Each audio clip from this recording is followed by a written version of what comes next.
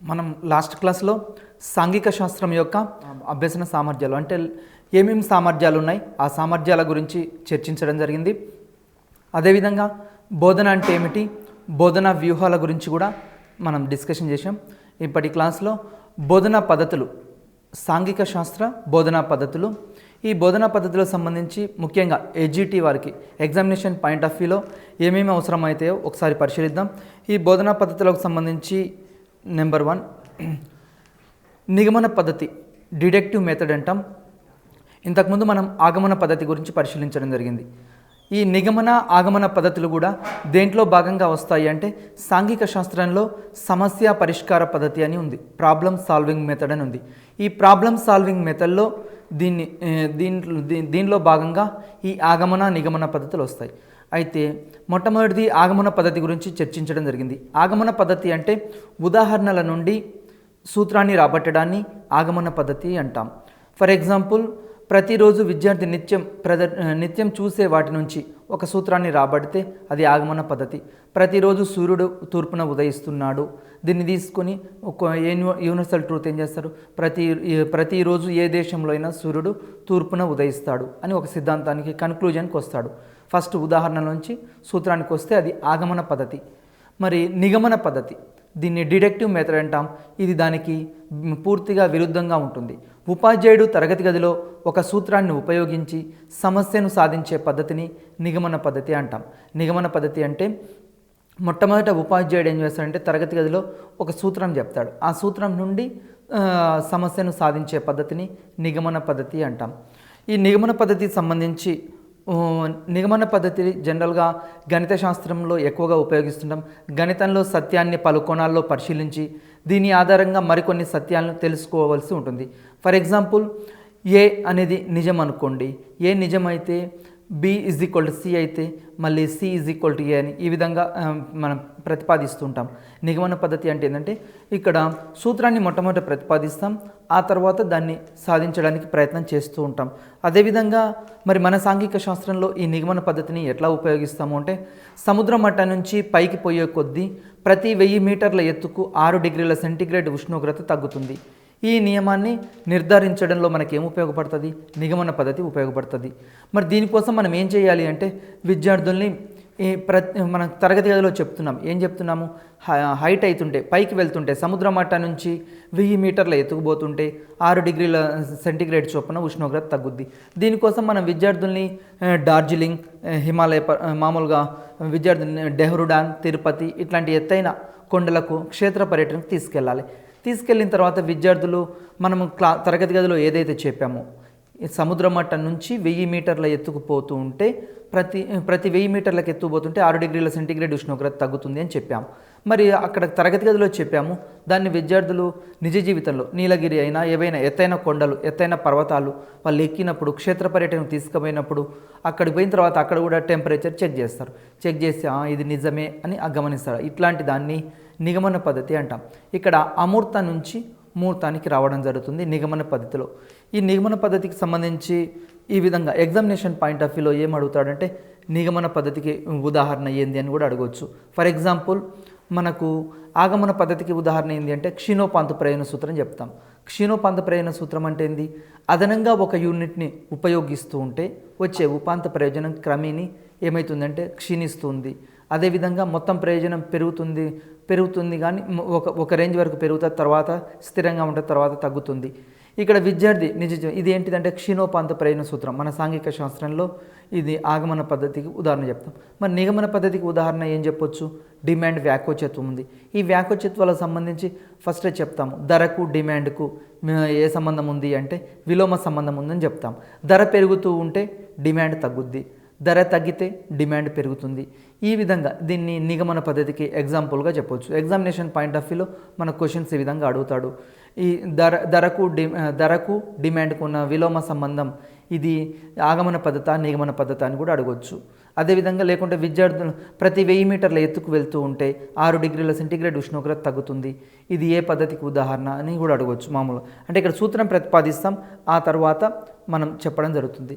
మరి అదేవిధంగా మనం ఒకసారి పరిశీలిస్తే ఈ నిగమన పద్ధతి వల్ల ఉపయోగాలు ఏమైనా ఉన్నాయా, ఏమైనా ఉపయోగాలు ఉన్నాయంటే మెరిట్స్ ఎగ్జామ్లో రావచ్చు. నిగమన పద్ధతి వల్ల ఉపయోగాలు ఏంది? ఇది నిగమన పద్ధతి వల్ల తరగతి గదిలో టైం సేవ్ అవుతుంది, కాలాన్ని మనం ఏం చేయొచ్చు అంటే సేవ్ చేసుకోవచ్చు. అదేవిధంగా రెండోది నిర్ణీత సమయం లోపల సిలబస్ని కంప్లీట్ చేయొచ్చు. మనం తరగతి గది లోపల మనం అనుకున్న టైంకు సిలబస్ని కంప్లీట్ చేయడానికి ఉపయోగపడుతుంది. అదేవిధంగా విద్యార్థులకు కూడా కన్ఫ్యూజన్ లేకుండా వాళ్ళు ఏదైతే మనం చెప్తుంటామో ఆ సమస్యలు ఈజీగా సాల్వ్ చేయడానికి ఈ నిగమన పద్ధతి ఉపయోగపడుతుంది. ఇవన్నీ ఉపయోగాలు ఉన్నాయి. మరి దీంట్లో ఇంకా ఏమైనా లోపాలు ఉన్నాయా అంటే ఇది ఏంటి అంటే నిగమన పద్ధతి అనేది సూత్రాల నుంచి మళ్ళీ ఉదాహరణలు రాబట్టాలి. అంటే ఇది విద్యార్థులకు కొద్దిగా కష్టంతో కూడుకున్న పని. అదేవిధంగా ఆ అమూర్త నుంచి మూర్తకు పోతుంటాం నిగమన పద్ధతిలో. అమూర్త నుంచి ఈ అమూర్త విషయాలు విద్యార్థులకు అర్థం కావు. అమూర్త నుంచి మూర్తకు పోతాం అన్నాం. అమూర్త అంటే ఏదైనా ఒక తెలియని విషయాన్ని ఇక్కడ విద్యార్థులకు ఏం చెప్తున్నాం, ప్రతి 1000 మీటర్ల ఎత్తుకు పోతే ఉష్ణోగ్రత తగ్గుతుంది 6 డిగ్రీలు, ఇట్లాంటిది అమూర్త. మరి అక్కడ నుంచి ఎక్కడికి వెళ్తున్నాం, మూర్తకి వెళ్తున్నాం. అంటే వాళ్ళ విద్యార్థులను డైరెక్ట్గా పర్వతాల దగ్గరికి తీసుకువెళ్ళి చూపిస్తున్నాం. ఈ విధంగా నిగమన పద్ధతిలో కొన్ని లోపాలు కూడా ఉండడం జరిగింది. అదేవిధంగా ఇంకా ఏంది అంటే హేతువాదంగా పిల్లల యొక్క రేషనల్ థింకింగ్ తరగతి గదిలో మామూలుగా డల్ స్టూడెంట్స్ ఉంటే ఈ నిగమన పద్ధతి ఉపయోగపడదు. మామూలుగా యావరేజ్ స్టూడెంట్స్కి తర్వాత ఎక్కువ ఐక్యూ ఉన్న విద్యార్థులకి ఈ నిగమన పద్ధతి ఈజీగా ఉంటుంది. కానీ విద్యార్థులు ఎవరైతే వెనుకబడి ఉన్నారో తరగతి గదిలో వారికి ఇదంత ఉపయోగకరంగా ఉండదు. మన ఎగ్జామినేషన్ పాయింట్ ఆఫ్ వ్యూలో క్వశ్చన్స్ ఎట్లా అడుగుతాడంటే నిగమన పద్ధతికి ఆగమన పద్ధతికి మధ్య భేదాలు వివరించండి కూడా క్వశ్చన్స్ రావచ్చు. ఒకసారి చూద్దాం. ఆగమన నిగమన. ఈ ఆగమన అంటే ఉదాహరణల నుంచి సూత్రాలు వస్తాయి. ఆగమనంలో ఉదాహరణల నుంచి ఇంతకుముందే చెప్పాం. ఉదాహరణ ఏంది, మనము క్షీణోపాంత ప్రయోజన సూత్రం చెప్పేటప్పుడు అదనంగా ఒక యూనిట్ను ఉపయోగిస్తే, అంటే మొదట ఒక అరటిపండు తిన్నప్పుడు చాలా బాగుంది అనిపిస్తుంది, మొదటి అరటిపండు తిన్నప్పుడు 10 యూనిట్ల ప్రయోజనం వచ్చిందని, రెండోది తిన్నప్పుడు 15 యూనిట్లు. ఈ విధంగా అంటే మనకు ప్రయోజనం మొదట పెరగవచ్చు, తర్వాత ఏమవుతుంది ఇంకా ఎక్కువ అరటిపండ్లు స్వీకరించామనుకోండి మనం ఇక తినలేం. ఆ తినలేకపోవడాన్ని ఇక్కడ అంటే ఉదాహరణల నుంచి సూత్రం రాబడుతుంది ఆగమన పద్ధతి. నిగమన పద్ధతి ఏంటంటే దానికి వ్యతిరేకం, సూత్రం నుంచి ఉదాహరణలు రాబడుతుంది. ఇది చాలాసార్లు ఎగ్జామ్లో అడిగాడు. ఆగమన పద్ధతిలో ఎట్లా ఉంటుంది, ఆప్షన్ ఏ ఉదాహరణల నుంచి సూత్రం రాబట్టడం, ఆప్షన్ బి సూత్రం నుంచి ఉదాహరణలు రాబట్టడం, ఆప్షన్ సి పై రెండు ఈ విధంగా అడుగుతుంటాడు. మనకేంది ఆగమన పద్ధతిలో ఉదాహరణల నుంచి సూత్రం రాబట్టడం. నెక్స్ట్ రెండో అంశం అండి ప్రత్యేక ఆగమనము. ప్రత్యేక అంశాల నుంచి సార్వత్రిక సత్యాలు రాబట్టడం. ఇక్కడ ప్రత్యేక అంశాల నుంచి సార్వత్రికం అంటున్నాం. అంటే ఇక్కడ ఒక అంశం తీసుకుంటాము, దాని నుంచి సార్వత్రికంగా ప్రతిరోజు విద్యార్థి ఆకాశాన్ని పరిశీలించి సూర్యుడు తూర్పున ఉదయిస్తాడు అని ఇక్కడ ప్రతిపాదిస్తాడు. ఇట్లా ప్రత్యేక అంశాల నుంచి సార్వత్రిక సత్యాలు రాబట్టడం, యూనివర్సల్ ట్రూత్స్. మరి నిగమన పద్ధతిలో ఎలా ఉంటుంది, అలా కాదు, సార్వత్రిక సత్యాల నుంచి ప్రత్యేక అంశాలు రాబట్టడం. నెక్స్ట్ మూడోది మూర్త ఉదాహరణ నుంచి అమూర్త సూత్రాలను రాబట్టడం ఆగమన పద్ధతి. అంటే తెలిసిన విషయాల నుంచి, మూర్త అంటే ఇక్కడ మనకు తెలిసిన ఉదాహరణలు, విద్యార్థికి తెలిసిన అంశాల నుంచి తెలియని అంశాలని రాబడితే అది ఆగమనం అవుతుంది.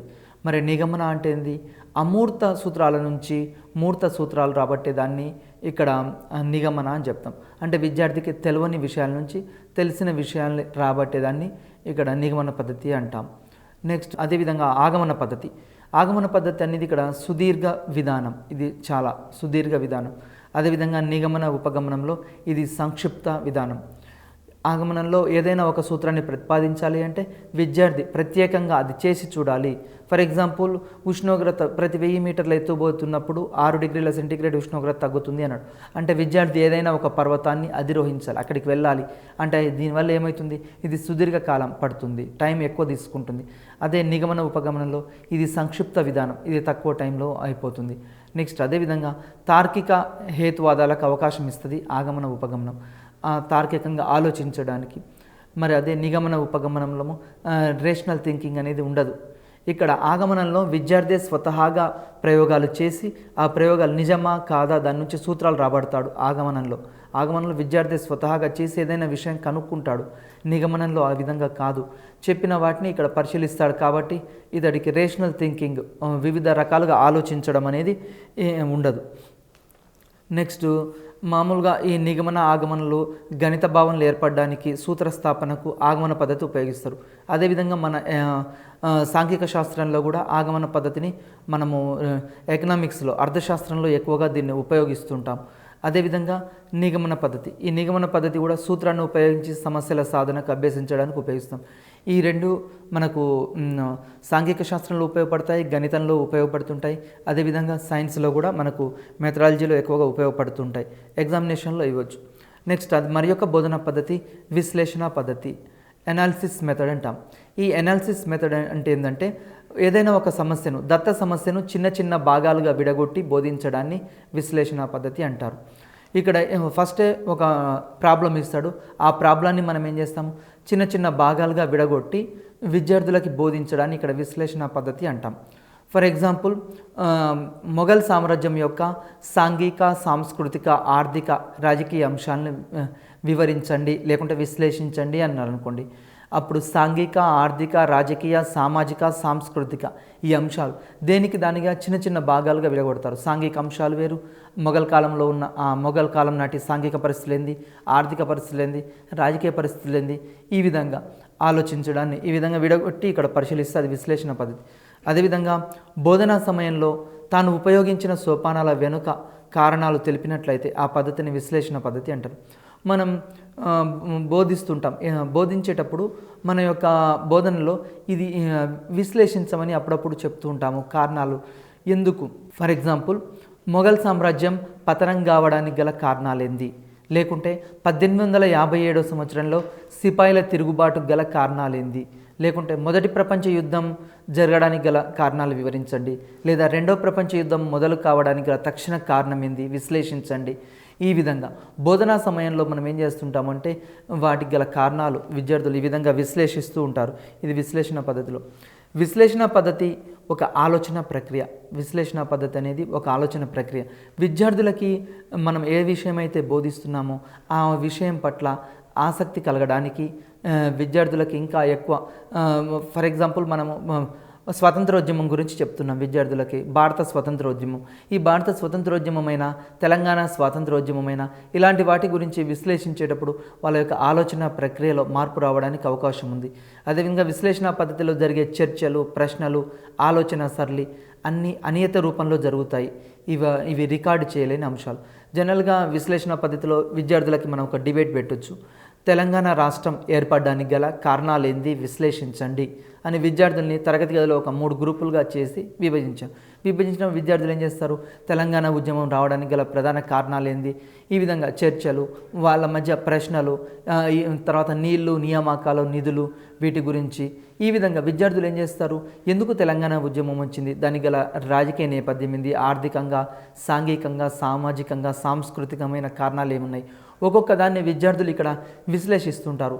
మన యొక్క వనరులు ఆర్థికంగా ఏ విధంగా పతనమయ్యాయి, తర్వాత సాంఘికంగా, రాజకీయంగా మనకు అవకాశాలు ఏ విధంగా ఉన్నాయి, ఇలాంటి అవకాశాలు వచ్చినాయా రాలేదా, ఇలాంటి ప్రశ్నల యొక్క సరళ రూపంలో మార్పులు జరుగుతుంటాయి.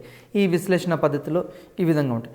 నెక్స్ట్ విశ్లేషణ పద్ధతిలో జనరల్గా మనము మ్యాథమెటిక్స్ పరిశీలిస్తే, గణితాన్ని పరిశీలిస్తే సి నిజమని రుజువు చేయడానికి సి నిజం కావడానికి బి నిజమై ఉండాలి, బి నిజం కావడానికి ఏ నిజమై ఉండాలి. అంటే ఇక్కడ ఏంటంటే C is equal to B is equal, ఇక్కడ B is equal to A అని పెట్టాము, A is equal to C అనుకోండి, ఆటోమేటిక్గా C is equal to A అవుతుంది. ఈ విధంగా విశ్లేషణ పద్ధతిలో ఇది మ్యాథమెటిక్స్లో ఉపయోగించవచ్చు. అదేవిధంగా మన సాంఘిక శాస్త్రంలో కూడా దీన్ని విశ్లేషణ పద్ధతిని ఎక్కువగా విరివిరిగా వాడుతుంటాం. ఏ విధంగా వాడుతున్నామని చెప్పాము, ఇంతకుముందే చెప్పాం విశ్లేషణ పద్ధతిని. ఈ విశ్లేషణ పద్ధతిని కాకతీయుల కాలంలో ఉన్న సాంస్కృతిక వైభవం గురించి కారణాలు విశ్లేషించండి, లేకుంటే కాకతీయ సామ్రాజ్యం పతనం కావడానికి గల కారణాలను విశ్లేషించండి. ఈ విధంగా ఇక్కడ ఏమవుతుందంటే ఈ విశ్లేషణ పద్ధతి ద్వారా విద్యార్థులు వివిధ రకాల అంశాలు నేర్చుకోవడానికి అవకాశం ఉంది.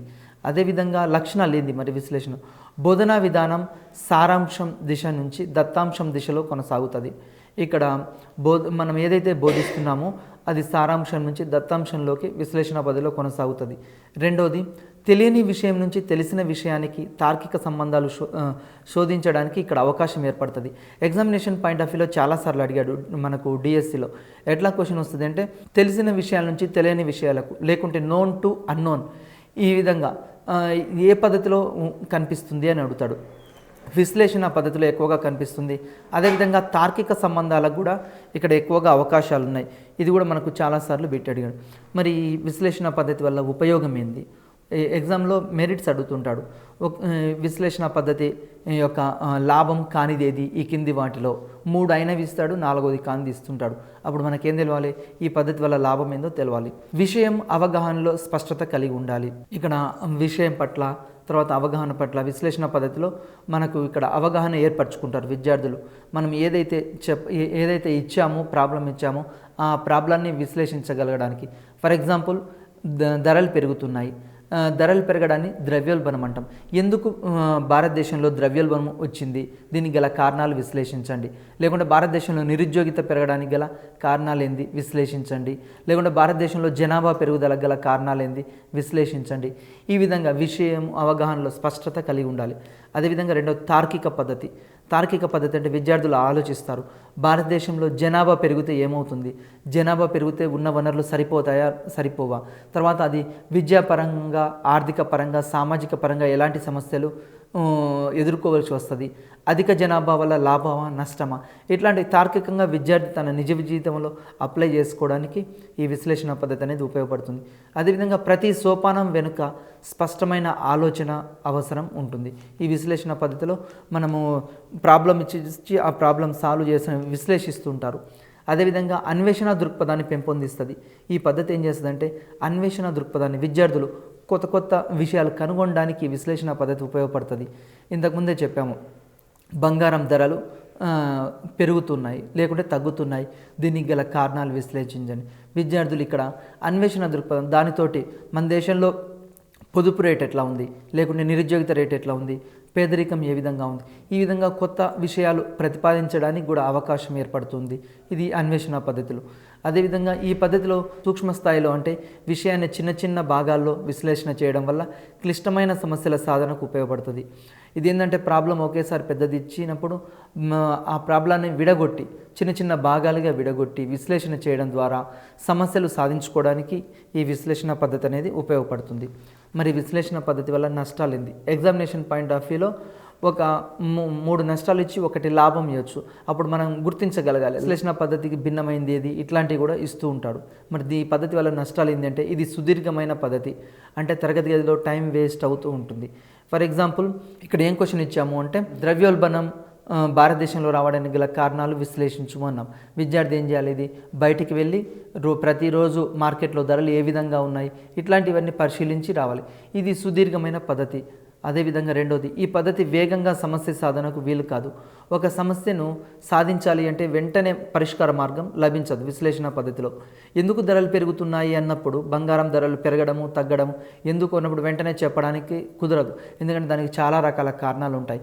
ఈ కారణాలన్నీ విశ్లేషించడానికి మన తరగతి గదిలో టైం అనేది కొద్దిగా సరిపోదు. ఇది కూడా ఒక ప్రాబ్లం. నెక్స్ట్, అదేవిధంగా అన్ని శీర్షికలు ఈ పద్ధతిలో బోధించడానికి ఉపయోగపడకపోవచ్చు. మనకు తరగతి గదిలో అన్ని లెసన్లు విశ్లేషణ పద్ధతిలో బోధించాలి అంటే సాధ్యం కాదు. కొన్ని విశ్లేషణ పద్ధతిలో బోధించేవి ఉంటాయి, కొన్ని చర్చా పద్ధతిలో బోధించేవి ఉంటాయి, కొన్ని సమస్య సాధన పద్ధతిలో బోధించేవి ఉంటాయి సాంఘిక శాస్త్రంలో. అదేవిధంగా ఉపన్యాస పద్ధతిలో బోధించేవి ఉంటాయి, ప్రదర్శన పద్ధతి, ప్రయోగ పద్ధతి. ఈ విధంగా మనకు డిఫరెంట్ మెథడ్స్ ఉన్నాయి. మనకు సాంఘిక శాస్త్రంలో ఎక్కువగా కళాశాల స్థాయిలో, ఉన్నత స్థాయిలో ఉపన్యాస పద్ధతి బోధిస్తుంటాం. ఈ విధంగా మనకి ఇక్కడ ఏమవుతుందంటే విశ్లేషణ పద్ధతిలో అన్ని శీర్షికలు ఒకేసారి బోధించడానికి ఉపయోగపడకపోవచ్చు. నెక్స్ట్, సంశ్లేషణ పద్ధతి. దీన్ని సింథసిస్ మెథడ్ అని చెప్తాం. సంశ్లేషణ పద్ధతి అంటే ఏందో ఒకసారి పరిశీలిద్దాం. సంశ్లేషణ పద్ధతి అంటే ఇంతకుముందు చెప్పిన మనం విశ్లేషణ పద్ధతికి ఇది భిన్నంగా కూడా చెప్పుకోవచ్చు. సంశ్లేషణ పద్ధతిలో సాధనా విధానం సోపానాల యుక్తంగా సంక్షిప్తంగా వివరించడానికి ఉపయోగపడుతుంది. అక్కడనేమో ఇంతకుముందు సోపానాన్ని ఎలాబరేట్ చేసాం, ఇక్కడ ఏం చేస్తున్నామంటే దాన్ని సంక్షిప్తం చేస్తాం, బ్రీఫ్గా చేస్తాం. ఈ బ్రీఫ్గా చేసి చెప్పడాన్ని ఇక్కడ సంక్షిప్త పద్ధతి అంటాం.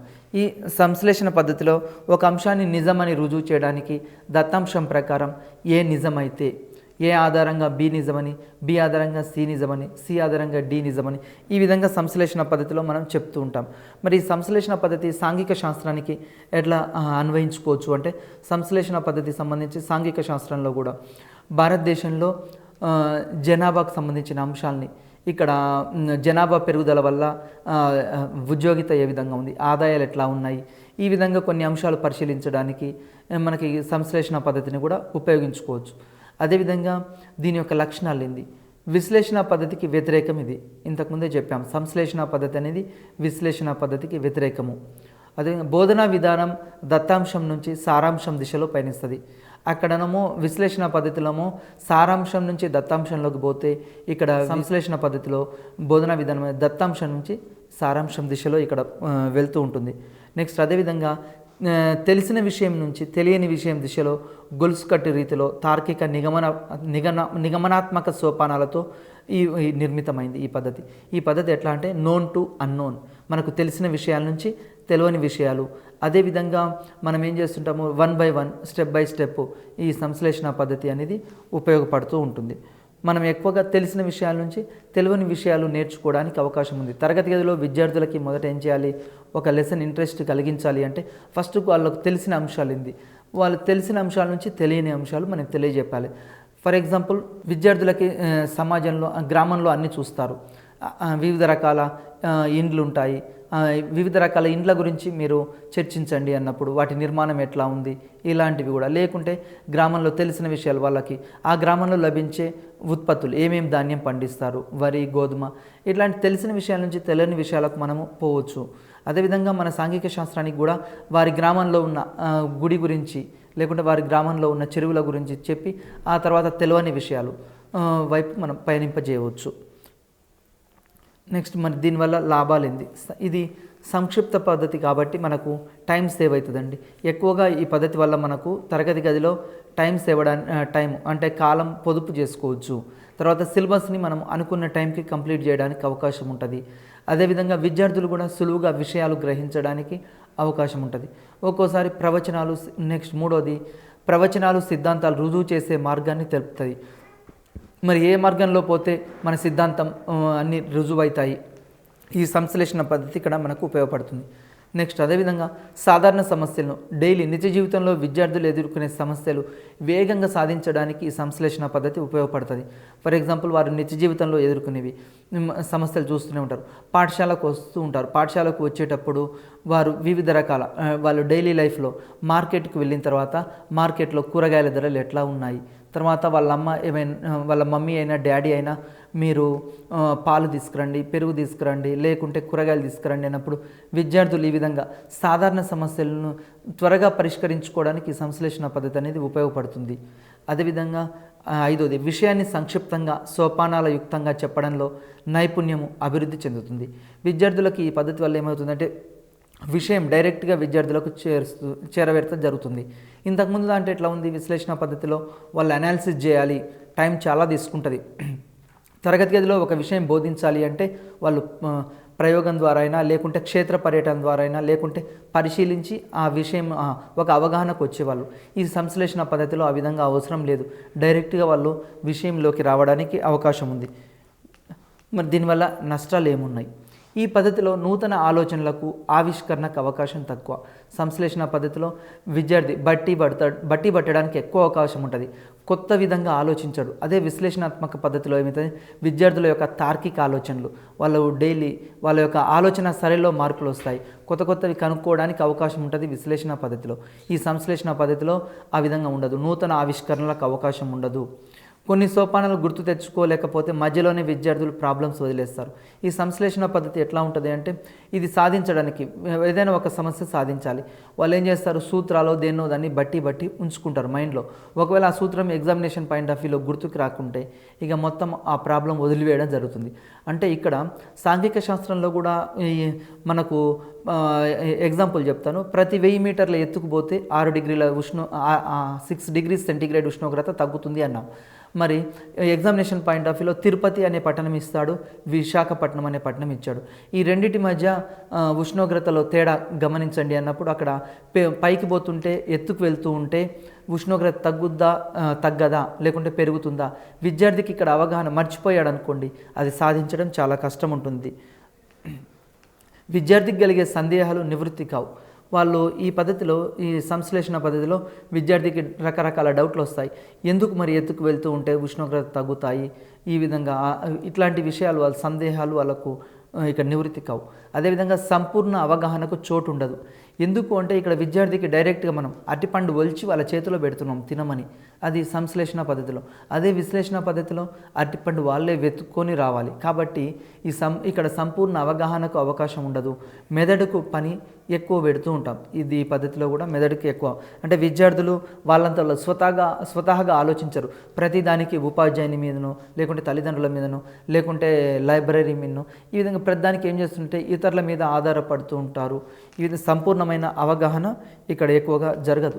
మరి ఎగ్జామినేషన్ పాయింట్ ఆఫ్ వ్యూలో మనకు క్వశ్చన్స్ ఎట్లా రావచ్చు అంటే విశ్లేషణ పద్ధతి సంశ్లేషణ పద్ధతి మధ్య భేదాలు ఏంది, వాటి మీద కూడా క్వశ్చన్స్ రావడానికి అవకాశం ఉంది. ఫస్ట్ విశ్లేషణ అంటే విడదీయడం. విశ్లేషణ పద్ధతిలో విశ్లేషణ అంటే విడదీయడం. ఇంతకుముందే చెప్పాను. 1857 సిపాయిల తిరుగుబాటుకు గల కారణాలను చర్చించండి అన్నాం, లేకుంటే వివరించండి అన్నాం. 1857 తిరుగుబాటు జరగడానికి గల ప్రధాన కారణాలు ఏంది, అక్కడ విశ్లేషిస్తాడు, సమస్యను విడగొడుతూ ఉంటాడు అదే సంశ్లేషణ పద్ధతిలో సమస్యను కలపడం. ఇక్కడ విద్యార్థికి విద్యార్థి ఏం చేస్తుంటే సమస్యను కలుపుతూ ఉంటాడు. ఒక ప్రాబ్లం ఇస్తే ఇంతకుముందు విశ్లేషణ పద్ధతిలో విడదీస్తుంటాడు, ఇక్కడ కలుపుతూ ఉంటాడు. రెండవది విశ్లేషణ పద్ధతి, ఇక్కడ విద్యార్థి ఏదైనా ఒక సమస్యని కానీ మానసికంగా కానీ ఇక్కడ జరిగిపోతుంది, ఆటోమేటిక్గా జరిగిపోతుంది. విద్యార్థికి మనం ఒక ప్రాబ్లం ఇచ్చి దాన్ని సాల్వ్ చేయమన్నప్పుడు ఆటోమేటిక్గా జరిగిపోతుంటుంది. అదే సంశ్లేషణ పద్ధతిలో మధ్యలో ఏదైనా బ్రేక్ వచ్చిందనుకోండి, ఒక స్టెప్ ఒక సోపానం మర్చిపోయారనుకోండి, ఒకవేళ గుర్తుకు రాకుంటే ఆ ప్రాబ్లం అక్కడే ఆగిపోతూ ఉంది. విశ్లేషణ పద్ధతిలో మరొక అంశం సారాంశం నుండి దత్తాంశం వైపు వెళ్తూ ఉంటారు. అదే సంశ్లేషణ పద్ధతిలో దానికి రివర్స్, దత్తాంశం నుండి సారాంశం వైపు వెళ్తూ ఉంటారు. నెక్స్ట్ సంశ్లేషణకు పురోగామి తీర్మానం నుండి, ఇక్కడ పురోగామి తీర్మానం దేనికి, విశ్లేషణ పద్ధతి అనేది సంశ్లేషణకు పురోగామి తీర్మానం. అదే సంశ్లేషణ పద్ధతిలో ఇక్కడ విశ్లేషణకి తిరోగామి. నెక్స్ట్ ఐదవది, ఈ విధంగా మనకు విశ్లేషణ పద్ధతి సంశ్లేషణ పద్ధతి ఈ రెండింటి మధ్యలో మనం ఏం చేస్తున్నాము, ఈ రెండింటి మధ్యలో భేదాలు రావడానికి అవకాశం ఉంది ఎగ్జామినేషన్ పాయింట్ ఆఫ్ వ్యూలో. మనకు ముఖ్యంగా ఏదైనా ఒక సమస్యని ఇప్పుడు మన సాంఘిక శాస్త్రంలో విశ్లేషణ పద్ధతికి ఉదాహరణ ఏంది, ఏ లెసన్ని ఉపయోగిస్తావని మనం అడగొచ్చు. మనకు సాంఘిక శాస్త్రంలో చాలా రకాల అంశాలు ఇంతకుముందు చెప్పాం. ద్రవ్యోల్బణానికి గల కారణాలు వివరించండి, లేకుంటే భారతదేశంలో భౌగోళిక సాంఘిక ఆర్థిక పరిస్థితుల గురించి విశ్లేషించండి, లేకుంటే భారతదేశంలో గల భిన్న వాతావరణ పరిస్థితుల గురించి విశ్లేషించండి, శీతోష్ణ స్థితి గురించి వివరించండి. ఇలాంటివన్నీ విశ్లేషణాత్మక పద్ధతిలోకి సంబంధించిన అంశాలు వస్తూ ఉంటాయి. ఎగ్జామినేషన్లో ఇట్లా అడగడానికి అవకాశం ఉంది. విషయ అవగాహనకు సమస్యను అర్థం చేసుకొని ఎలా సాధించడానికి ఏ అంశాలు పరిగణలోకి తీసుకోవాలి. ఇక్కడ విషయ అవగాహనకు మనం ఏదైనా ఒక సమస్య ఇచ్చినప్పుడు మరి ఆ సమస్యను ఎట్లా సాధించాలి, ఏ అంశాలని పరిగణలోకి తీసుకోవాలి. సమస్య సాధనలో సిద్ధాంత నిరూపణలో సంశ్లేషణ పద్ధతి ఉపయోగిస్తుంటాం. అదే విశ్లేషణ సంశ్లేషణ పద్ధతులను క్రింది అంశాలను బోధించడానికి ఎక్కువగా ఉపయోగిస్తారు. ఈ విశ్లేషణ సంశ్లేషణ పద్ధతుల్ని మన సాంఘిక శాస్త్రంలో ప్రాబ్లమ్ సాల్వింగ్ మెథడ్లో ఎక్కువగా ఉపయోగిస్తూ ఉంటాం. అయితే ఏ అంశాలను మనం ఇక్కడ పరిగణలోకి తీసుకుంటాము అంటే జనరల్గా మనకు మ్యాథ్స్లో అయితేనేమో జ్యామితి నిర్మాణాలు చేయడానికి, బీజగణిత సమస్యలు సాధించడానికి ఉపయోగిస్తాం. అదేవిధంగా మన సాంఘిక శాస్త్రంలో కూడా సాంఘిక శాస్త్రంలో ఇంతకుముందే చెప్పాం, జాగ్రఫీలో శీతోష్ణ స్థితి అనే పాఠం తీసుకున్నాం అనుకోండి. ఈ శీతోష్ణ స్థితి అంశాలకైనా లేకుంటే సముద్ర ప్రవాహాలు, పవనాలు వీచే దిశ, క్లైమేట్ గురించి ఇట్లాంటివన్నీ విశ్లేషించడానికి విశ్లేషణ సంశ్లేషణ పద్ధతులు ఉపయోగిస్తుంటాం. అదేవిధంగా గణితానికి క్షేత్ర గణిత సమస్యలు కూడా.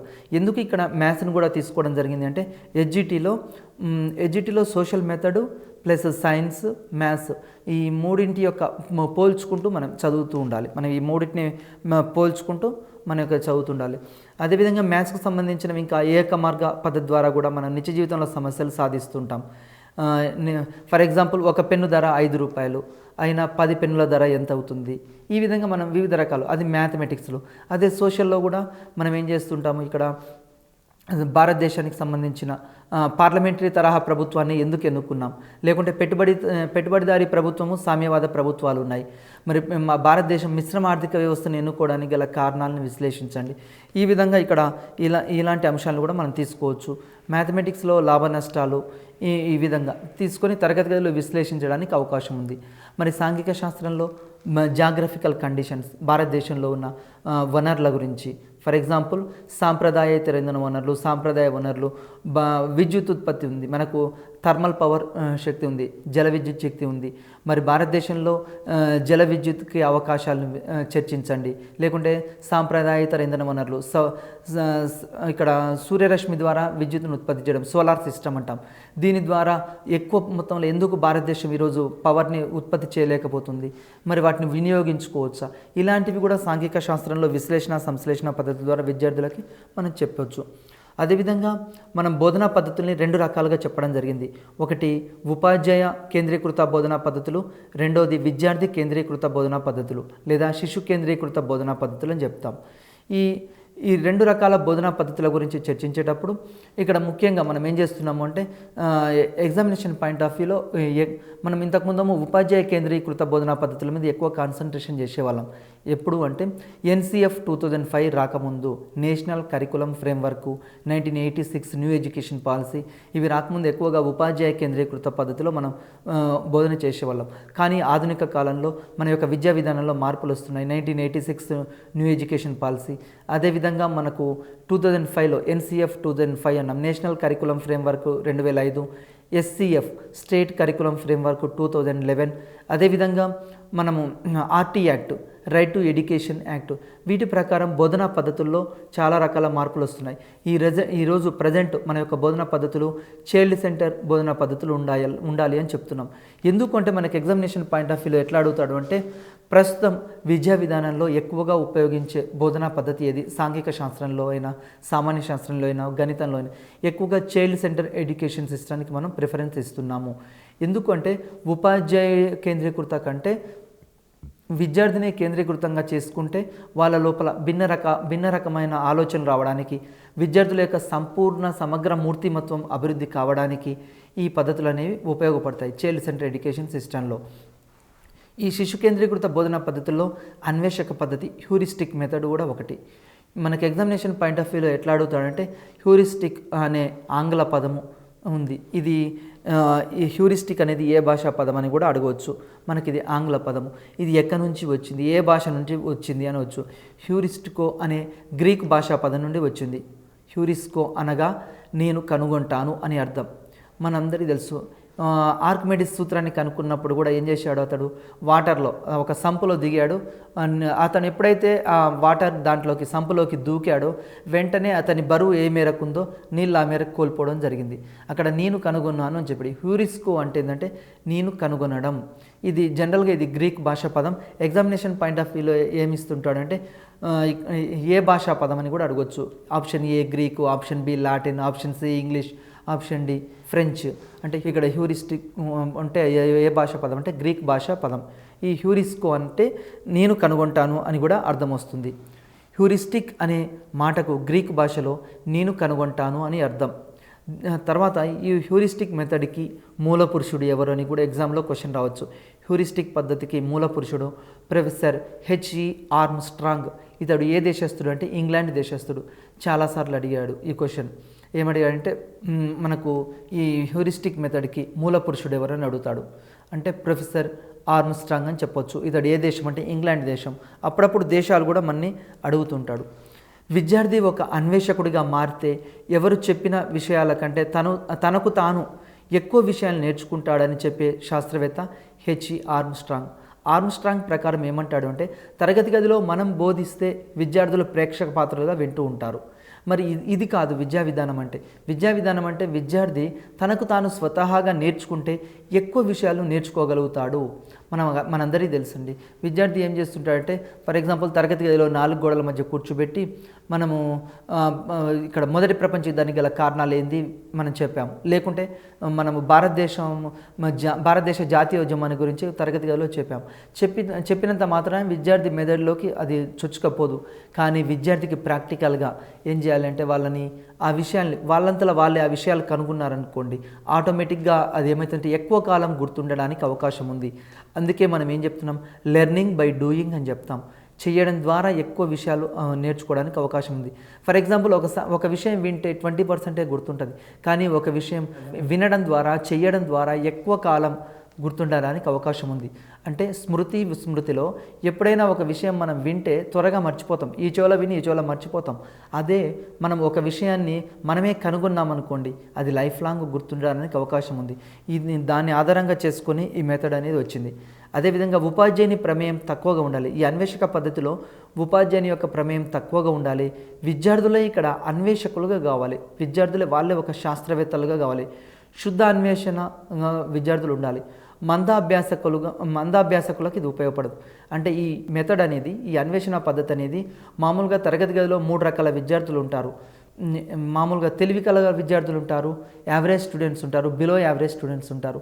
ఎప్పుడైనా ఈ పద్ధతి హ్యూరిస్టిక్ మెథడు జనరల్గా ఇది మందబుద్ధి గల పిల్లలకు, స్లో లెర్నర్స్కు అంత ఉపయోగపడదు ఇది. నెక్స్ట్, అన్వేషణ పద్ధతి ఈ క్రింది అంశాలపై ఆధారపడి ఉంటుంది. 1, విద్యార్థి మానసిక పరిణతిపై ఆధారపడి ఉంటుంది.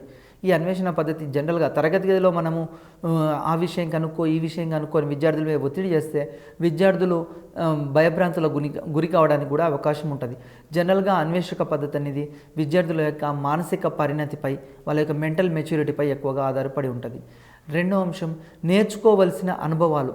విద్యార్థికి ఆ విషయం నేర్చుకోవాలి, అతని నిజ జీవితంలో ఎప్పుడైనా అనుభవం ఉంటే ఆటోమేటిక్గా, ఫర్ ఎగ్జాంపుల్ ఇప్పుడు దీపం వెలుగుతుందండి, మనము దీపం దగ్గరికి చిన్నపిల్లలు వెళ్తారు, వెళ్ళినప్పుడు దాన్ని ముట్టుకోకు నాన్న కాలుతుంది అని చెప్తాం.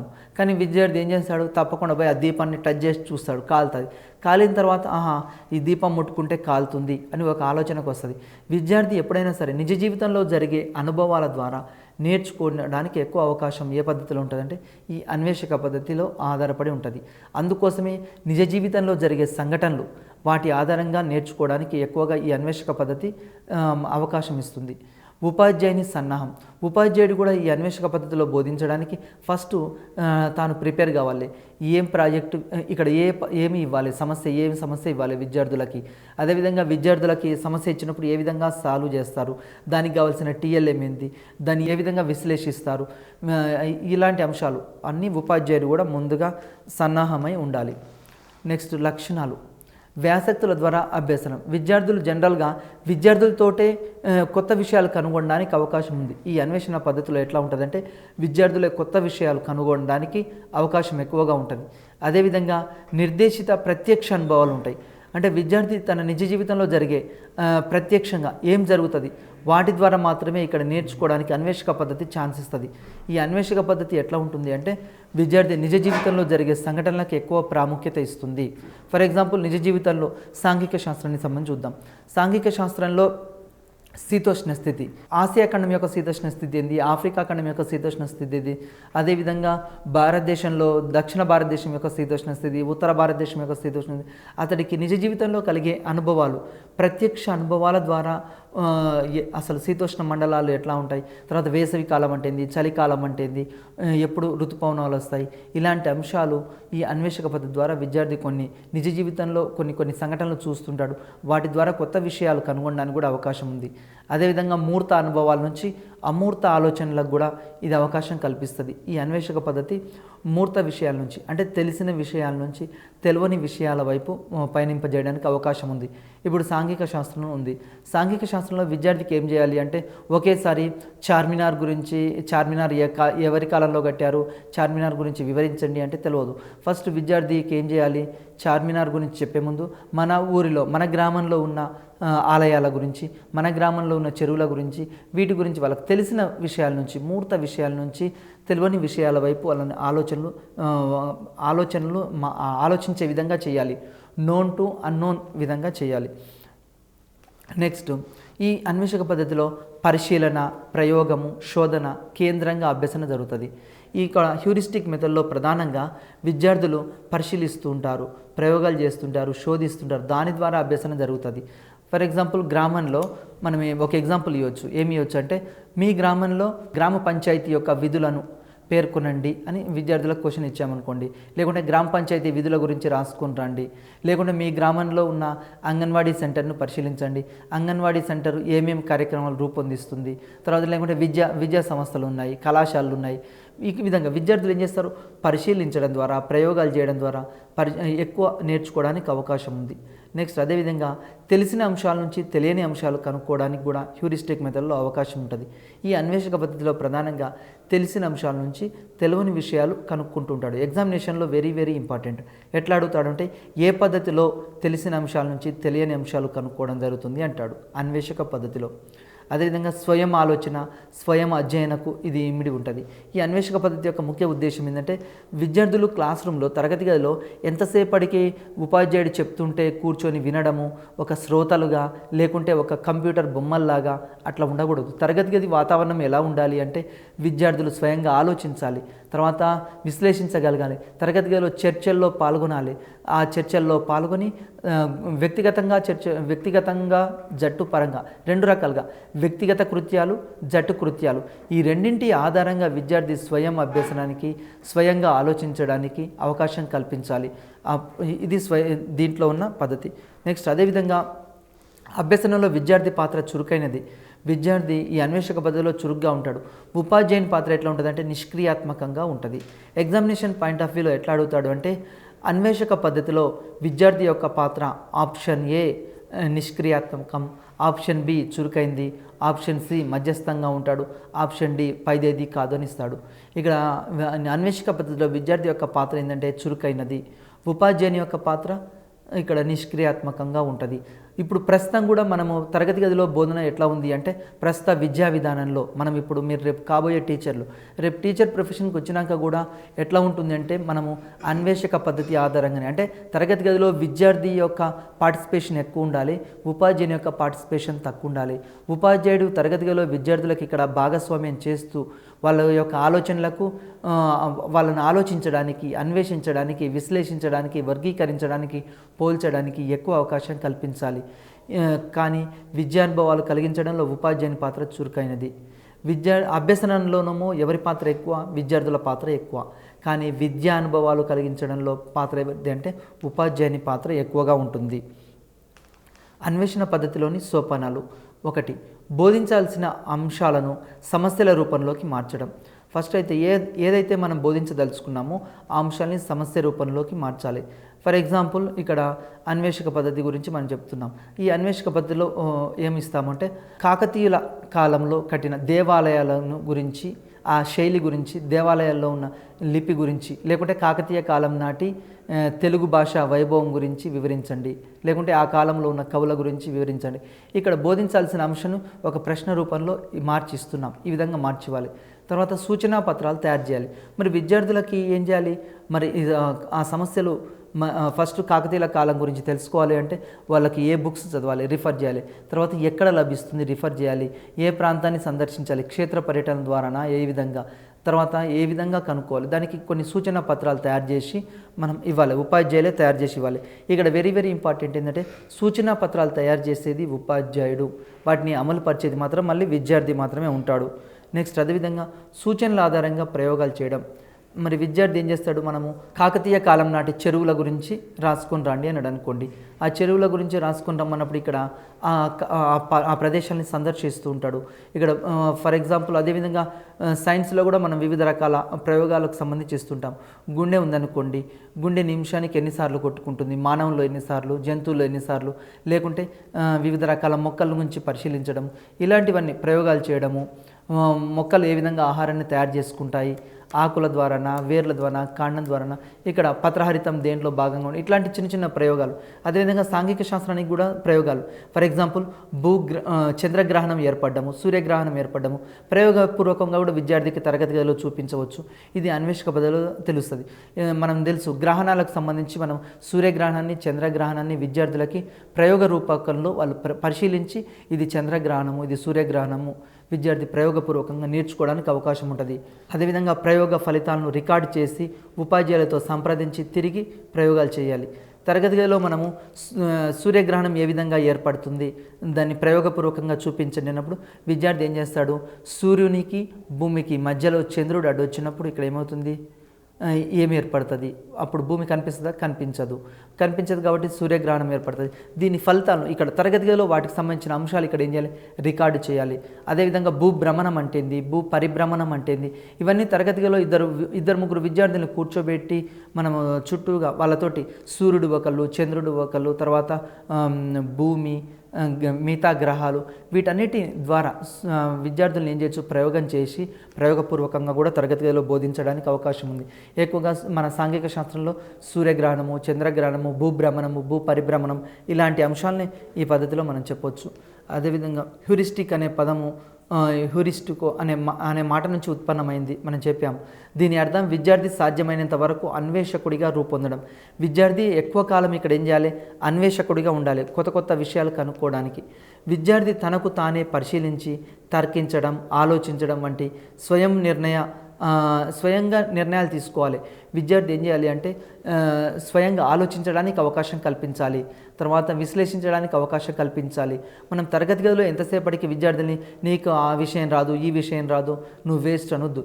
విద్యార్థుల్ని ఎంతసేపటికి వాళ్ళు స్వతహాగా ఆలోచించడానికి అవకాశం కల్పిస్తూ ఉండాలి, తర్కించడానికి, సంభాషించడానికి, తర్వాత చర్చించడానికి, జట్లలో చర్చించడానికి, వ్యక్తిగతంగా అభ్యసించడానికి వివిధ రకాలుగా తరగతి గదిలో మనం అవకాశం కల్పిస్తే ఈ అన్వేషణ పద్ధతి అనేది సక్సెస్ఫుల్ అవుతుంది.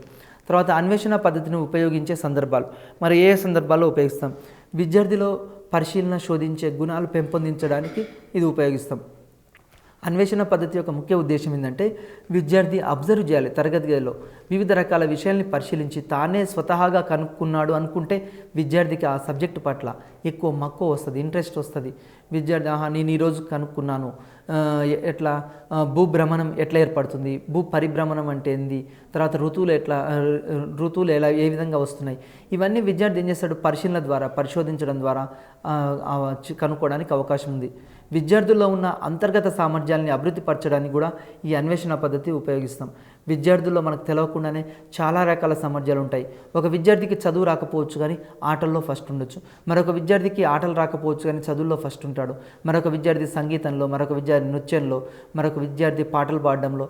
ఈ విధంగా వివిధ రకాల విద్యార్థిలో అంతర్గతంగా ఉన్న సామర్థ్యాలను అభివృద్ధి చేయడానికి ఈ అన్వేషక పద్ధతి అనేది ఎక్కువగా ఉపయోగపడుతుంది. మరి దీనివల్ల లాభాలు, అన్వేషక పద్ధతి ఎగ్జామినేషన్ పాయింట్ ఆఫ్ వ్యూలో మనకి ఇస్తాడు లాభాలు గురించి.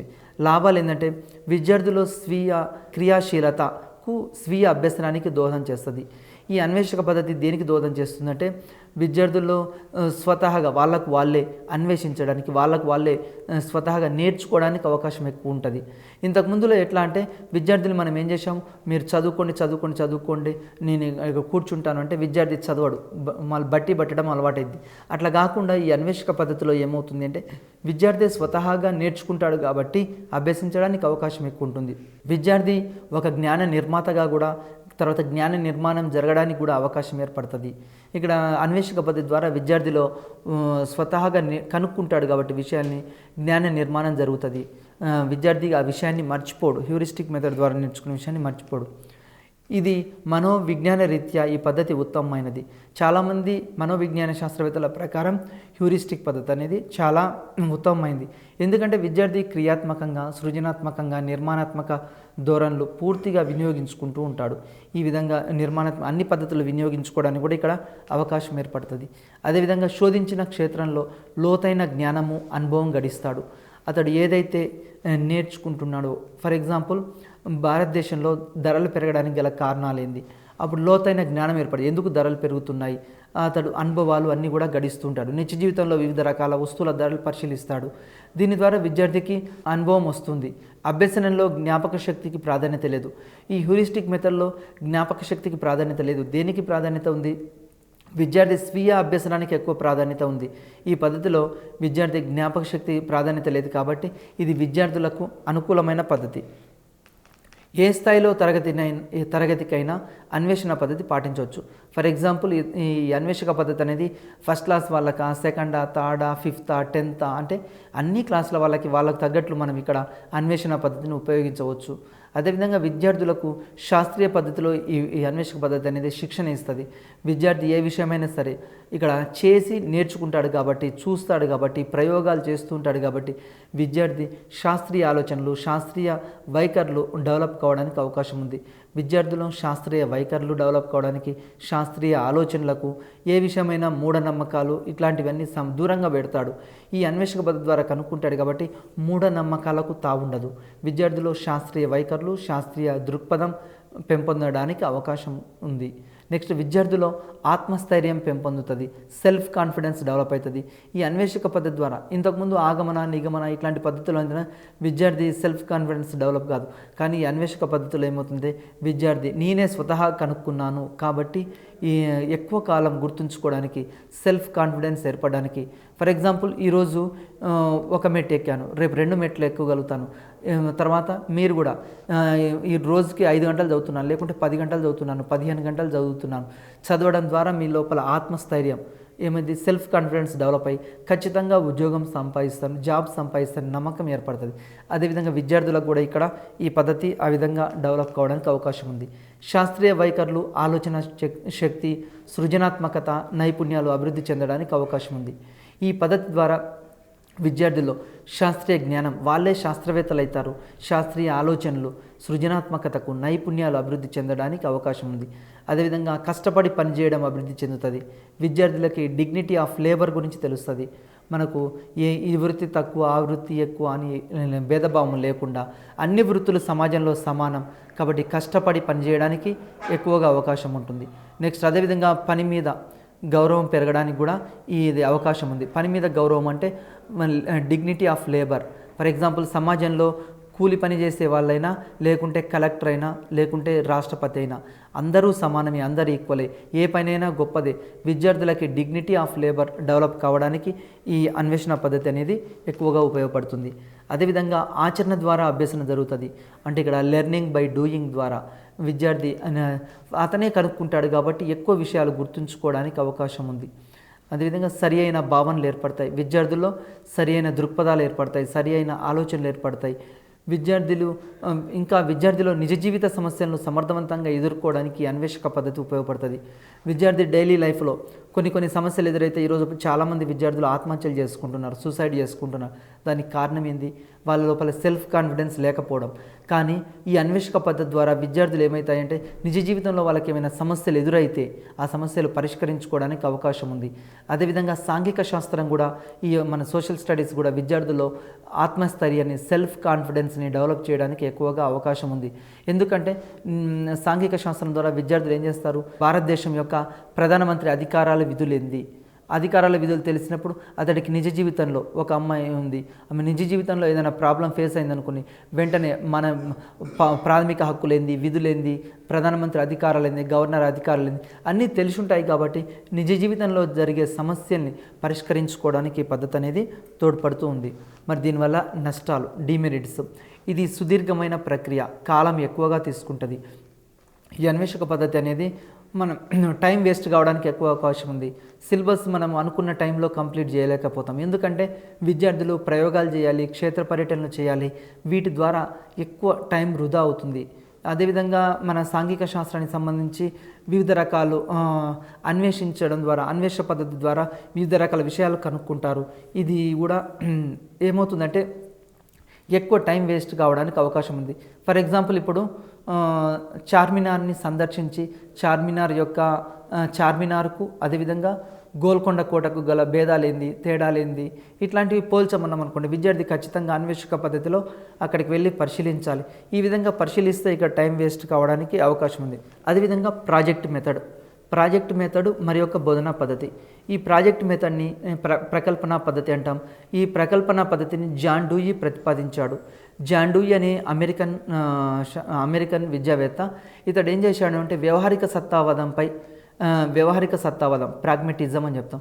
ఈ వ్యవహారిక సత్తావాదంపై ఈ ప్రకల్పన పద్ధతి, ప్రాజెక్ట్ మెథడ్ అనేది ఆధారపడి ఉంది. ఈ ప్రాజెక్ట్ పద్ధతిని మన సాంఘిక శాస్త్రంలో ఎక్కువగా ఉపయోగించుకోవచ్చు. ఈ పద్ధతిని స్టీవెన్సన్ రూపొందించాడు. WH కిల్ ప్యాట్రిక్ కూడా వివరించాడు. ఈ సాంఘిక శాస్త్రానికి సంబంధించి ప్రాజెక్ట్ మెథడ్. ఈ ప్రాజెక్ట్ మెథడ్ను ఈరోజు మనము మన సామర్థ్యాల్లో కూడా సాంఘిక శాస్త్ర అభ్యసన సామర్థ్యాలను మన యొక్క సోషల్ స్టడీస్ సామర్థ్యాల్లో కూడా ప్రాజెక్టు పద్ధతి అనేది ఒకటి ఉన్నది. మనకు ఖచ్చితంగా ప్రాజెక్టు పద్ధతికి విద్యార్థులకు మార్కులు ఇవ్వాలి.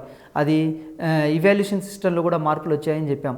ఇవాల్యుయేషన్ సిస్టంలో మార్పులో దాన్ని ఫార్మేటివ్ అసెస్మెంట్ అని చెప్తాం. విద్యార్థులకి మొత్తం సంవత్సరానికి 4 ఫార్మేటివ్ అసెస్మెంట్లు కండక్ట్ చేస్తాం. దాంట్లో ప్రాజెక్ట్ వర్క్స్కి 10 మార్క్స్ ఉంటుంది. ప్రతి లెసన్ అయిపోయిన తర్వాత ఒక ప్రాజెక్ట్ ఇస్తుంటాం. ఇది మన సాంఘిక శాస్త్రంలో, తర్వాత సామాన్య శాస్త్రము, మ్యాథ్స్ అని ఏం లేదు, అన్నిట్లలో ప్రాజెక్టులు ఇచ్చుకోవచ్చు. మన సోషల్ స్టడీస్లో కూడా ఇది చాలా ఇంపార్టెన్స్ ఉంది. అదేవిధంగా ప్రకల్పన అంటే ఏంది, అసలు ప్రాజెక్ట్ అంటే ఏంది, ఒక ప్రణాళిక ప్రయోజనం, ప్రణాళికాబద్ధమైన ఆలోచన, సామాజిక సహజ పద్ధతుల్లో ప్రయోజనాన్ని సాధించడం. ప్రకల్పన పద్ధతి అంటే ఏంటంటే ఒక సహజ వాతావరణంలో విద్యార్థులు స్వతహాగా నేర్చుకోగలిగిన దాన్ని ప్రాజెక్ట్ అంటాం. అంటే తరగతి గది లోపలికి నిజ జీవితంలో జరిగే సంఘటనలు తరగతి గదిలోకి తీసుకురావడమే ఇక్కడ ప్రాజెక్టుగా కూడా చెప్పవచ్చు. బయటి వాతావరణాన్ని తరగతి గదిలోకి తీసుకురావడానికి ఈ ప్రాజెక్ట్ పద్ధతిని ఉపయోగిస్తుంటాం. అంటే ఫర్ ఎగ్జాంపుల్ బయట మనకు కొన్ని జరుగుతుంటాయి. ఫర్ ఎగ్జాంపుల్ ఈరోజు ప్రాజెక్ట్ మెథడ్ గురించి విద్యార్థులకు ఏమి ఇవ్వచ్చు అంటే కాకతీయ కాలం నాటి శైలి ఎట్లా ఉంది, వాళ్ళ యొక్క శిల్పకళా సౌందర్యం ఎలా ఉంది, శిల్పకళను వివరించండి. అదేవిధంగా చార్మినార్ కట్టడం ఉంది, చార్మినార్ కట్టడానికి సంబంధించిన శిల్పకళ ఏ విధంగా ఉంది, కాకతీయుల శిల్పకళ ఏ విధంగా ఉంది, ఇలాంటివి ఏం చేయొచ్చు అంటే విద్యార్థులకి ప్రాజెక్ట్ ఇచ్చి దాని ద్వారా కూడా కనుక్కోవచ్చు. నెక్స్ట్ అర్థశాస్త్రంలో కూడా ఏం చేయొచ్చు అంటే నిరుద్యోగిత ఎట్లా ఉంది, తర్వాత ద్రవ్యోల్బణం ఎట్లా ఉంది, ఇలాంటి విద్యార్థులకు ఒక ప్రాజెక్ట్ ఇవ్వవచ్చు.